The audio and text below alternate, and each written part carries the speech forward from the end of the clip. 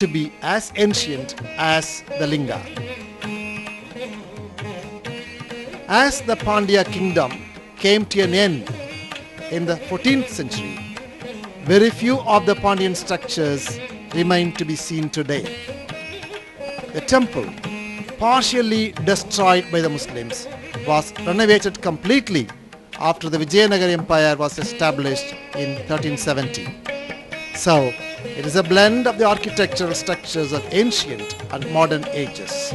From the various references available to us, the worship of Meenakshi came on a later period in this temple, which had Shiva as the presiding deity originally. This is the structure of the temple in the 7th century.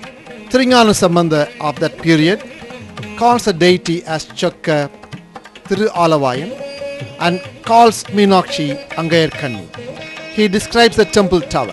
From it we understand that the temple itself was small and it must have consisted of the sanctum sanctorum with a small mandapa around it and a tower.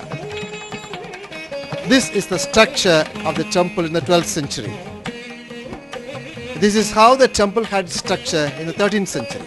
The next phase of the construction of the temple started in the reign of Maravarman Sundarapandian, who raised the eastern tower. Sadayavarman Sundarapandian completed the work. This is inscribed in the inside wall of the eastern tower. The insignia of the Pandyas, namely the fish symbol, is also found there. Parakrama Pandian built the west tower in the 14th century. The invasion of Malik Kafur and the Muslim rule caused extensive damage to the temple. Kumara Kambadan of the Vijayanagara Empire brought an end to the Muslim rule and renovated the temple. The other structures of the temple are later additions built by Vijayanagara Empire and the Nayakar kings. The forts of the Pandya kingdom. Let us now see the forts of Madurai. The fort of the second Pandya Empire existed till 1559 between the present Avani Moola streets and Masi streets. There were moats around the forts and the town was beyond them. There is a gateway called Vittavasal made of stone structure between East Avani Moola street and East Masi street, just in front of the Amman Sannadhi. Archaeologists say that the inscriptions show them to be the remains of a fort of the Pandya kings. The name Vittavasal refers to the left out parts or the ruins of an ancient fort. It is understood from the names of some streets.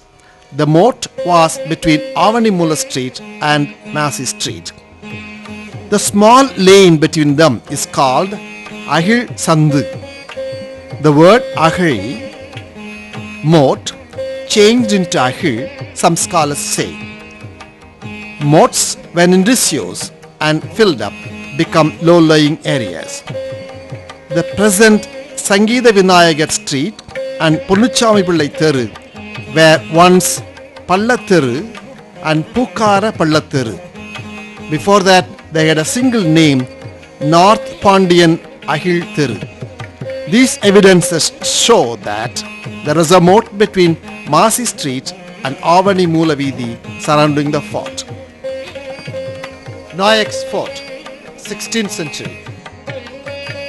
After the advent of Vijayanagar rule, Viswanatha Nayaka, assisted by Ariyanatha Mudaliyar, demolished the Pandyan fort, filled the moat and constructed the walls of the fort with 72 garrisons and 4 gates.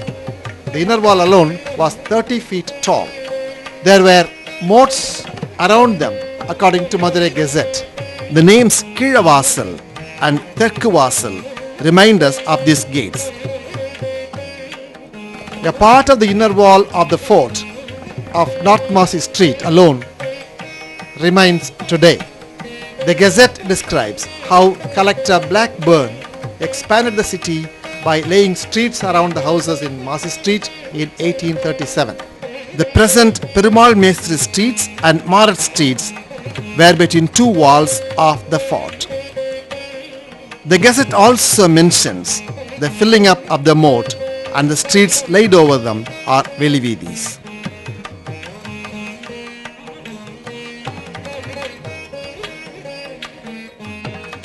The streets laid between the inner walls and the outer walls were named after the surveyor and the supervisor as Marat Street and Perumal Mestri Street respectively.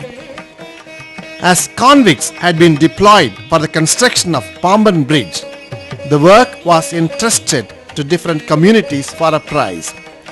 After the work was completed, a lamp was erected to commemorate it, and it is the present Vilakuthoon.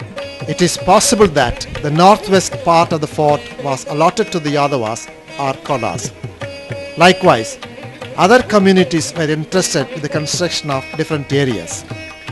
The concentration of Saurashtras in South Masi Street to South Valley Street, Vellalas from West Masi Street to West Valley Street, Nayaks and Naidus from East Masi Street to East Valley Street bears evidence to this. Before the fort was demolished, they were depicted in a painting, and the painting is preserved in London. A copy of it is available at Tanjore Library. It is similar in appearance to the remains of the fort now found near Periyar bus station. Shall we now have a look at other places of historical importance? Thirumalai Nayak Palace. Thirumalai Nayak completed the palace in 1639. It was 4 times bigger than the present structure. There are references to different parts of the place. The palace consisted of 2 major parts, Surgavilasam and Rangavilasam. Further, there were separated places for music performance, for keeping arms and ammunitions, and for performing puja. Court hall, the women's quarters, drama theatre, guest rooms and gardens were some of other features of the palace.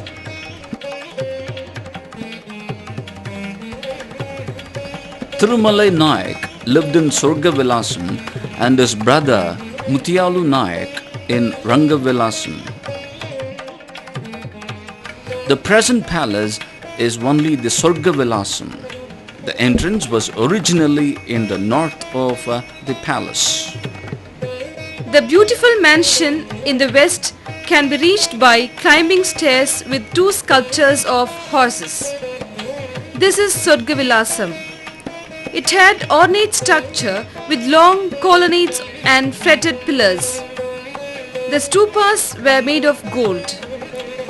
There was a mandapam made of ivory with intricate designs. In the center was a royal seat studded with precious stones. Thirumalai Nayak conducted his court sittings on it. The author of Indian architecture, E.P. Havel, says that the palace is a blend of Hindu, Muslim and Christian styles.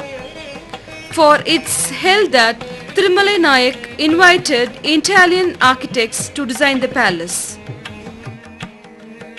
The drama theatre. There is a long hall with beautiful carvings in the northeast of Surgavasal. The king used to watch the plays performed by dancers in this theatre. In the northeast of the theatre, there was a temple in which the king worshipped Rajeshwari and other deities. Beside it, there were a garden and a stream. Rangavilasam. In the north of this temple, there are 10 large pillars. These are the remains of the palace. Its structure should have been similar to the main palace. The main gate was in the east of the 10 pillars. Here was a music room with 18 different musical instruments. This was called Navabhaktana. Now it is called Navabhaktana Street. The building existed even 100 years before. There is a huge wall surrounding these buildings. This was named Pari Madil. It was 900 feet long, 600 feet wide and 450 feet high. This part of the palace was deep